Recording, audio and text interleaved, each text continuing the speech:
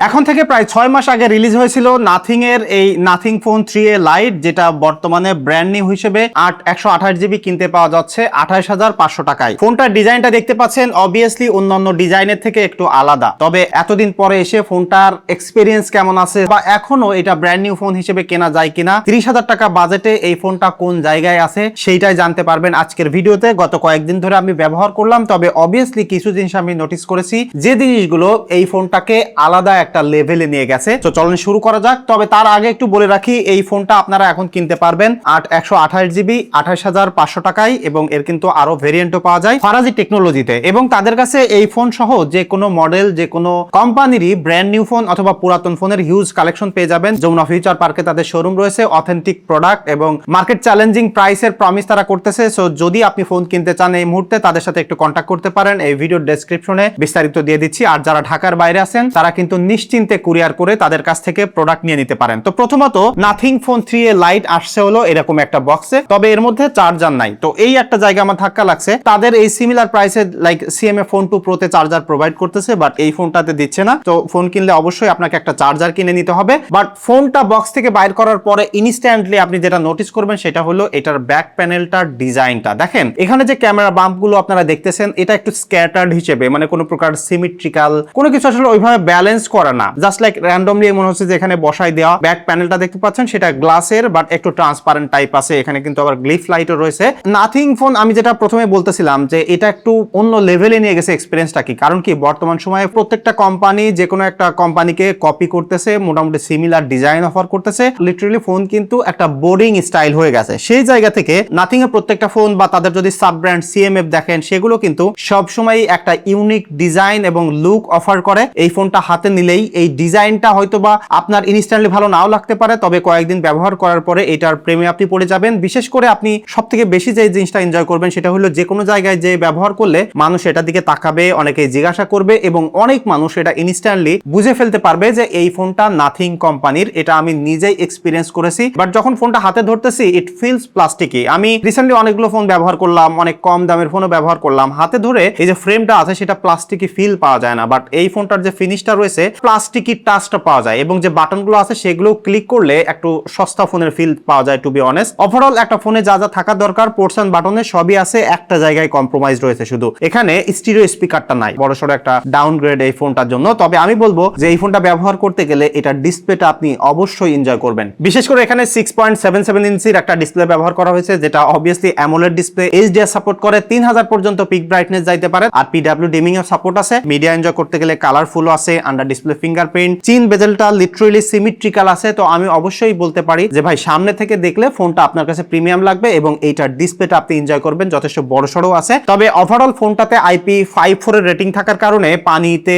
লাগানো বা ওয়াটারপ্রুফের ব্যাপারটা নাই। সেটা থাকলেও কিন্তু ফোনটার আরেকটা স্ট্রং দিক কভার করতো। এবং আমি ফাইনালি বলতে পারি যে এই নাথিং ফোন ব্যবহার করতে গেলে এটার অপারেটিং সিস্টেমটা আপনি বিশেষ করে এনজয় করবেন। এবং এখনকার সময়ে সত্যি কথা বলতে কি অ্যাপেলকে কপি করতেছে এবং তাদের মতো লিকুইড গ্লাস দিচ্ছে, তাদের মতো কন্ট্রোল প্যানেল দিচ্ছে, বাট নাথিং কিন্তু এই বর্তমান সময়ের মধ্যে সব থেকে ইউনিক এবং ডিফারেন্ট একটা UI এক্সপিরিয়েন্স প্রোভাইড করতেছে। সেটার অপটিমাইজেশনটাও কিন্তু নেক্সট লেভেলে রয়েছে। এখানে কিন্তু নাথিং OS 4.0 চলতেছে, যেটা বেসড অন Android 16। এখানে বেশ কিছু জায়গায় পরিবর্তন আসছে, বিশেষ করে এটার যে অ্যানিমেশনটা রয়েছে সেটা যথেষ্ট স্মুথ করেছে। মিডিয়াটেকের Dimensity 7300 Pro প্রসেসর চলতেছে, যার সাথে 8GB RAM রয়েছে। এবং একটা জিনিস আমি ইনস্ট্যান্টলি খেয়াল করলাম, সেটা হলো এটার যে সফটওয়্যার এক্সপিরিয়েন্সটা রয়েছে সেটা নরমালি ব্যবহার করতে গেলে লাইক আমরা যেটা ব্যবহার করি অফিসিয়াল ব্যবহার, যে কোনো অ্যাপস ওপেনিং ক্লোজিং এবং মাল্টিটাস্কিং করার জন্য এই ফোনটা একদমই ক্যাপাবল। এবং যারা গেমিং করতে চান, লাইক 60 FPS এ গেমিং করতে চান, তারা কিন্তু এখানে স্মুথলি গেমিং করতে পারবেন। তবে এটা একটা হাই এন্ড ফ্ল্যাগশিপ টাইপের বা খুব বেশি পাওয়ারফুল প্রসেসর না হইলেও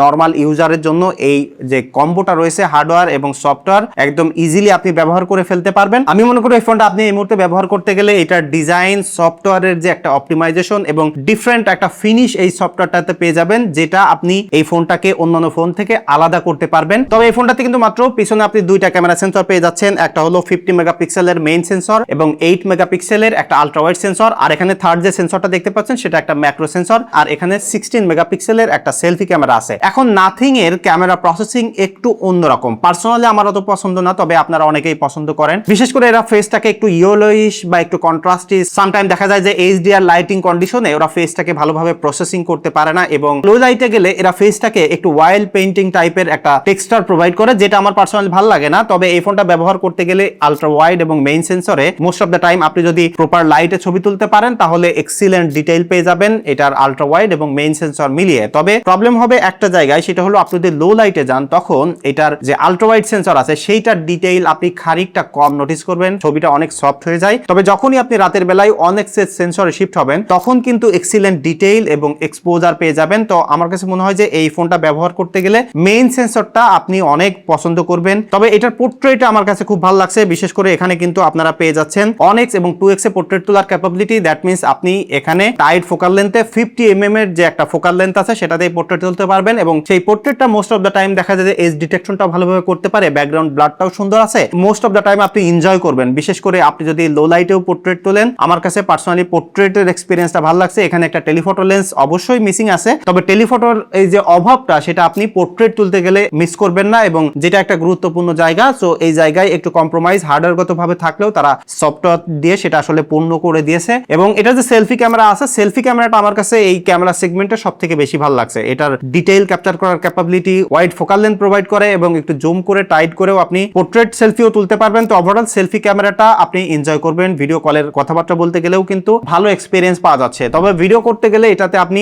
মেইন সেন্সর দিয়ে 4K 30 fps পর্যন্ত করতে পারবেন, আর সেলফি ক্যামেরা দিয়ে কিন্তু ফুল এইচডি পর্যন্ত ভিডিও করতে পারবেন। তো ভিডিও কোয়ালিটিতে যদি আমি বলি এক কথায়, তাহলে এটা নট দ্য বেস্ট, একদম ওরসো না, লাইক মিডিয়াম একটা জায়গায় আছে। ভিডিও কোয়ালিটি আপনি যদি 4K তে ভিডিও করতে চান, মেইন সেন্সর দিয়ে একটু প্রপার লাইট থাকে, তাহলে ওই ভিডিও কোয়ালিটিটার স্টেবিলিটি এবং ডিটেইল ঠিকঠাক পাবেন। তবে যখনই আলট্রা ওয়াইডের সেন্সরে শিফট করবেন বা সেলফি ক্যামেরাতে যাবেন তখনই এটার ভিডিওটা খানিকটা ডিগ্রেডেড হয়ে যায়। তো ভিডিও কোয়ালিটি বা ভিডিও করার জন্য আসলে এই ফোনটা এক কথায় রেকমেন্ড করা যায় না। তবে এটার ব্যাটারি ব্যাকআপটা আমার কাছে পার্সোনালি ভালো লাগছে, বিশেষ করে এখানে 5000 মিলিঅ্যাম্পিয়ারের ব্যাটারি আছে। দেখেন এখন মোস্ট অফ দা ফোনে কিন্তু 6000, 7000, 6500 মিলিঅ্যাম্পিয়ারের ব্যাটারি দিচ্ছে, মানে সবাই সিলিকন কার্বনে শিফট হয়েছে, নাথিং কিন্তু এখনো হয়নি। এবং নাথিং এর যে সিইও তার একটা কথা হইলো, আমরা ব্যাটারি কত নাম্বার দিচ্ছি সেটা ব্যাপার না, একটা স্ট্যান্ডার্ড লেভেলের ব্যাটারি এক্সপিরিয়েন্স আমরা প্রোভাইড করতে পারতেছি কিনা সেটাই গুরুত্বপূর্ণ, এবং সেই জিনিসটাই এখানে আমি ফুলফিল পেয়েছি। বিশেষ করে একদম মোবাইল ডাটা ব্যবহার করেও কিন্তু 5.5 ঘন্টা, 6 ঘন্টা, ইভেন 6.5 ঘন্টা করে স্ক্রিন অন টাইম পেয়েছি। তো